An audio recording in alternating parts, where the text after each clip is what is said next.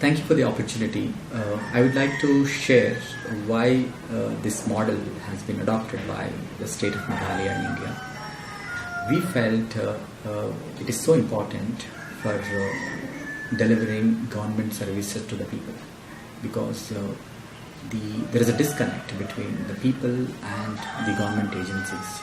As a government, we wanted to do things better to reach everyone, every stakeholder.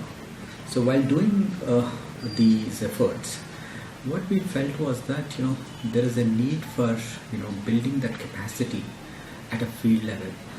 Meghalaya is a state with a lot of indigenous population, and with a population which is spread sparsely, and it's very difficult to reach out to the remotest parts of the state.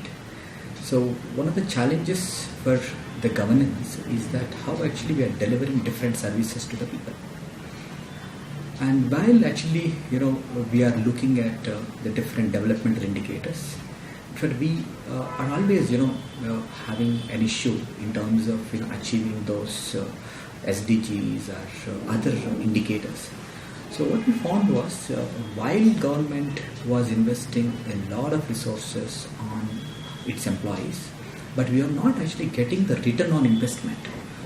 What we started as an experiment, how actually we can really motivate and mobilize these human resources to deliver very effectively. We started talking to our people working at the field level. Then we found that why they are not able to really do well is that they were having a lot of barriers which are essentially created by the hierarchical model of the government. To achieve a participatory development, we require active community engagement. That can happen if we have a sensitive support by the government functionaries or the external agencies that work with the people. So it is very important to have a very motivated cadre of people who would work for the people. So that is the reason actually we have come up with this concept of field level leadership program in the state of Meghalaya, India. And this has given us very good results. In fact, we could bring a significant change in terms of different developmental indicators. In fact, over the last 4 years, we could improve the rural employment generation program outcomes. We could bring massive change in terms of natural resource management. We could bring water policy, which is an integrated water policy and which is first of its kind in the country.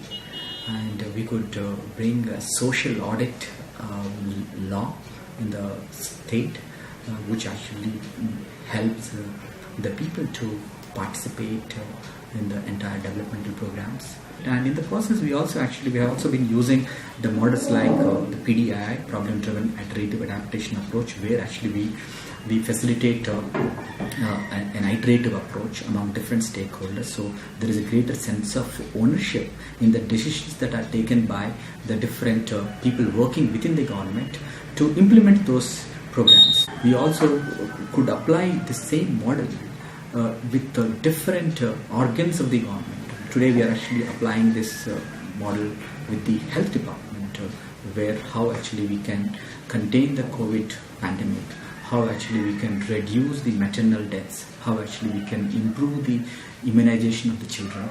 So all this could happen because we felt that there is a need for intrinsic motivation among the people who are working for the people.